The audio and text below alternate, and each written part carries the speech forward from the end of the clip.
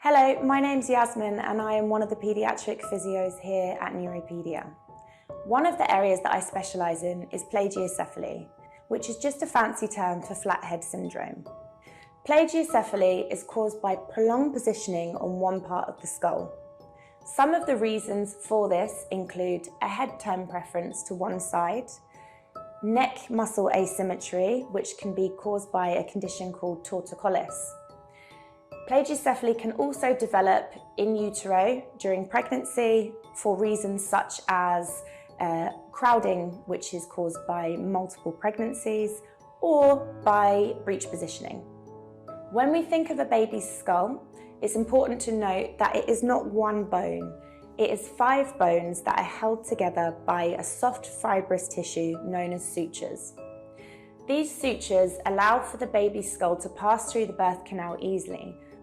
These sutures also act as an extension joint to allow for rapid growth of the baby's brain and head during the first 2 years of life. The number of plagiocephaly cases has increased dramatically since the early 1990s. This is often attributed to the Back to Sleep campaign, which was introduced to help reduce the risk of sudden infant death syndrome.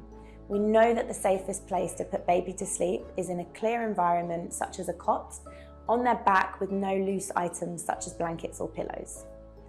Parents will often notice that their baby has developed a plagiocephaly in the first 6 to 10 weeks of life. Physiotherapy can be a very effective treatment for plagiocephaly in babies under the age of 6 months. Over the age of 6 months, it gets very difficult to treat with a repositioning program because babies are starting to roll, they're starting to sit, and they're just on the move, so it can be very difficult to correct unless you go down the helmet therapy route.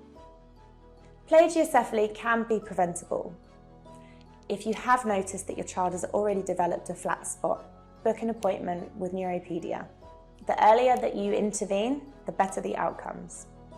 For tips on preventing flathead syndrome and anything related to baby development, you can find me on Instagram at babyphysiodxb.